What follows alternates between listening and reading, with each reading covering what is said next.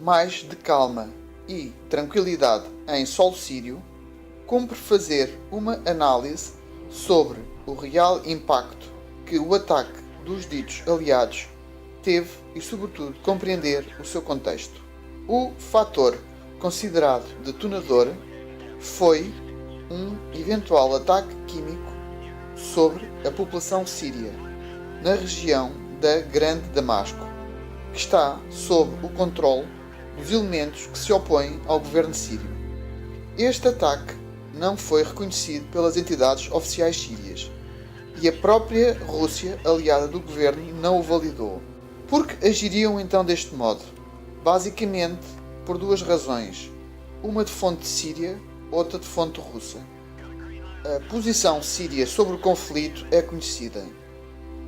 Basicamente, as forças militares governamentais têm a situação sob controle.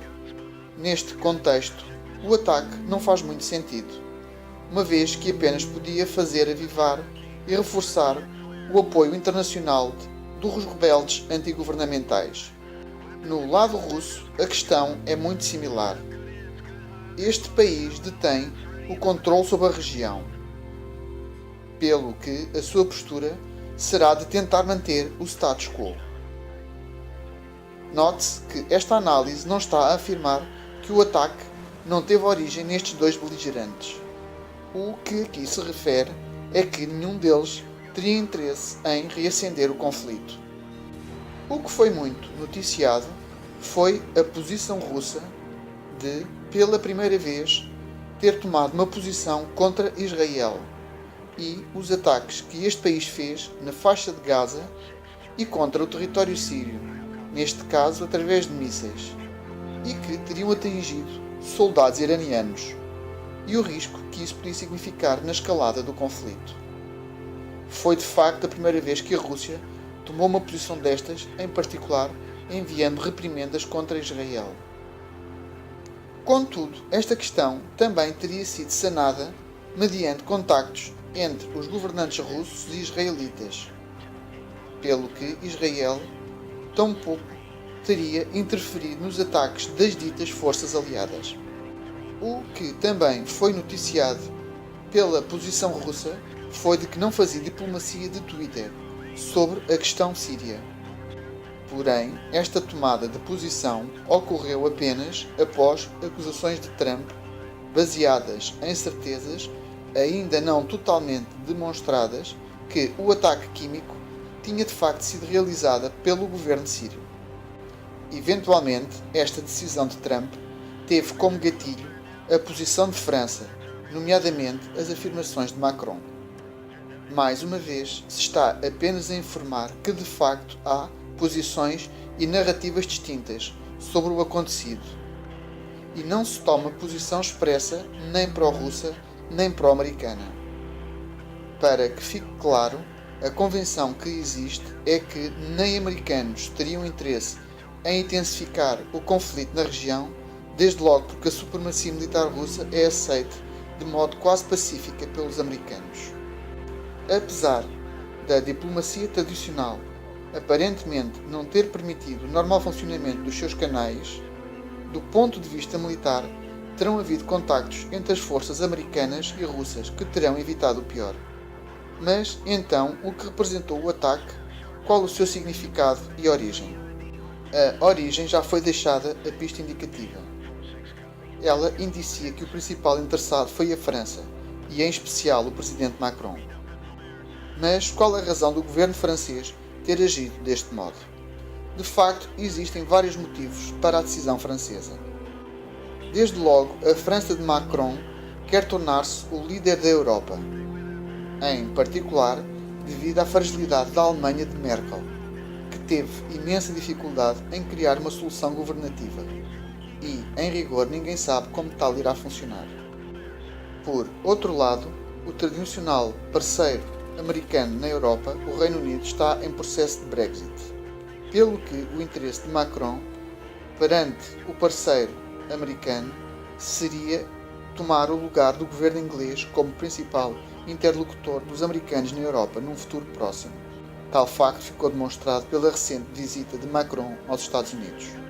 Por outro lado, é relevante mencionar a presença do príncipe da Arábia Saudita em Paris, onde manteve contactos de alto nível com Macron. Destes encontros terão resultado acordos comerciais de elevado significado tanto para a França como para a Arábia Saudita, em setores estratégicos como o petróleo e até o armamento.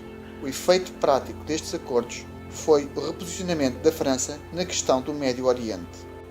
Aparenta que Macron fez deslocar o centro de interesses da França para a Arábia Saudita e relegou o Irão para segundo plano.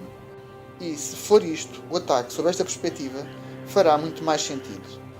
Desde logo, os alvos escolhidos para o ataque estavam intimamente associados a interesses iranianos na Síria, em particular o seu braço libanês do Hezbollah.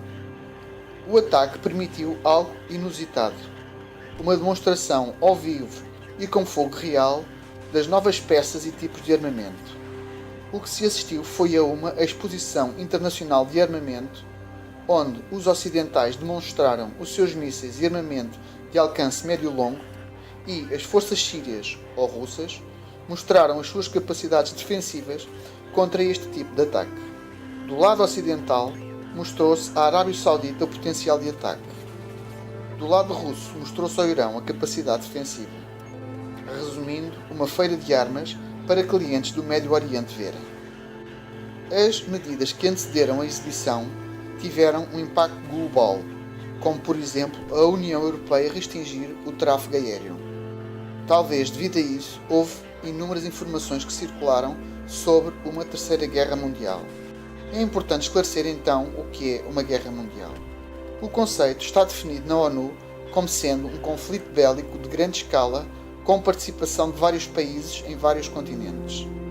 Sucede que inúmeros investigadores de geopolítica referem que, de facto, a Terceira Guerra Mundial já está em curso. O próprio Papa Francisco já enunciou em janeiro de 2007 que estamos a viver uma guerra mundial, mas de um tipo diverso. Um conflito que se vai vivendo por partes. Vários comentários apareceram relacionados com sociedades secretas e a maçonaria. A título de exemplo, deixa-se aqui a leitura da carta do grão-mestre maçom Albert Pike, de 1871, em que, com décadas de antecedência, traçava a oposição da sua obediência para a criação daquelas que seriam as três guerras mundiais. O maçom Albert Pike escreveu uma carta a Giuseppe Mazzini em 1871, que explica com clareza o delinear do plano dos Illuminati para a Terceira Guerra Mundial. Giuseppe Mazzini foi um líder revolucionário italiano em meados dos anos 1800, bem como um agente dos Illuminati. Albert Pike, figura maçônica histórica de grau 33, grão-mestre e criador da jurisdição do Sul, do rito de ordem escocesa. Seguem-se excertos da carta mostrando como 3 guerras mundiais foram planejadas por muitas gerações. A Primeira Guerra Mundial deve ser provocada a fim de permitir que os Illuminati derrubem o poder dos czares na Rússia e de tornar esse país uma fortaleza do comunismo ateu. As divergências causadas pelos agentes dos Illuminati entre os impérios britânico e germânicos serão utilizadas para fomentar essa guerra. No final da guerra, o comunismo será construído e utilizado a fim de destruir os outros governos e a fim de enfraquecer as religiões. A Segunda Guerra Mundial deve ser fomentada tirando partido das diferenças entre os fascistas e os sionistas políticos. Esta guerra deve ser provocada para que o nazismo seja destruído e que o sionismo político seja forte o suficiente para instituir um Estado soberano de Israel na Palestina. Durante a Segunda Guerra Mundial, o comunismo internacional deve tornar-se forte o suficiente para equilibrar a cristandade, que seria então restringida e realizada em xeque até o momento em que iria precisar dele para o cataclismo social final. A Terceira Guerra Mundial deve ser fomentada, aproveitando as diferenças causadas pelo agente dos Illuminati entre os sionistas políticos e os líderes do mundo islâmico. A guerra deve ser conduzida de tal forma que o Islã, o mundo árabe muçulmano e o sionismo político, o Estado de Israel, se destruam mutuamente. Enquanto isso, as outras nações uma vez estarão mais divididas sobre esta questão e serão obrigadas a lutar até o ponto de exaustão física, moral, espiritual e econômico completo. Vamos desencadear os nihilistas e os ateus, e vamos provocar um cataclismo social formidável que, em todo o seu horror, mostrará claramente às nações o efeito do ateísmo absoluto, origem da selvageria e da turbulência mais sangrenta. Em seguida, em todos os lugares, os cidadãos serão obrigados a defender-se contra a minoria mundial dos revolucionários, exterminará esses destruidores da civilização, e a multidão, desiludida com o cristianismo, cujo espírito deísta a partir desse momento seguirá sem bússola ou sem direção, ansioso por um ideal, mas sem saber para onde proferirá a sua adoração, receberão a verdadeira luz através da manifestação universal da pura doutrina de Lúcifer, trazida finalmente à vista do público. Esta manifestação será o resultado do movimento reacionário geral que seguirá a destruição do cristianismo e do ateísmo, ambos conquistados e exterminados ao mesmo tempo.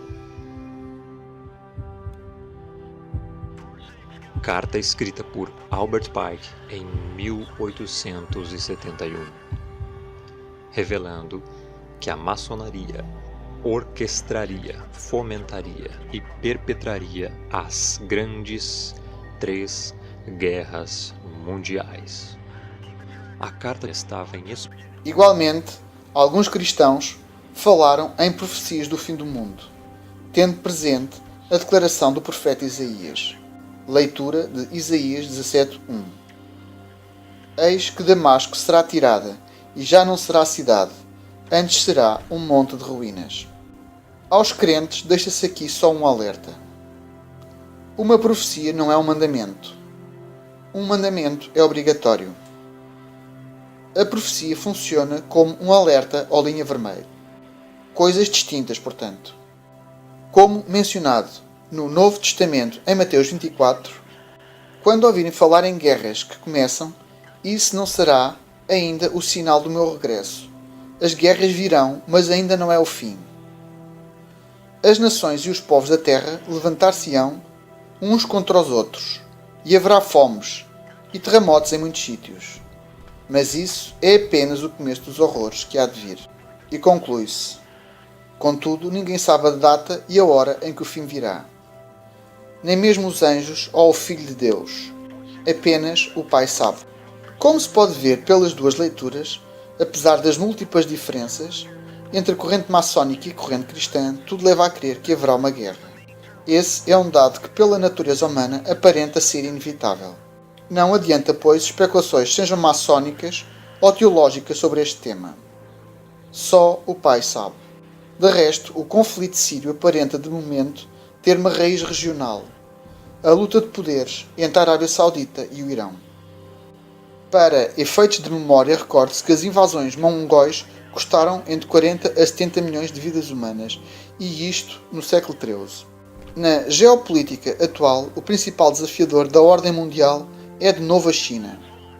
Imagine-se o que poderia representar hoje uma guerra mundial com a presença de um agente militar global como esse país.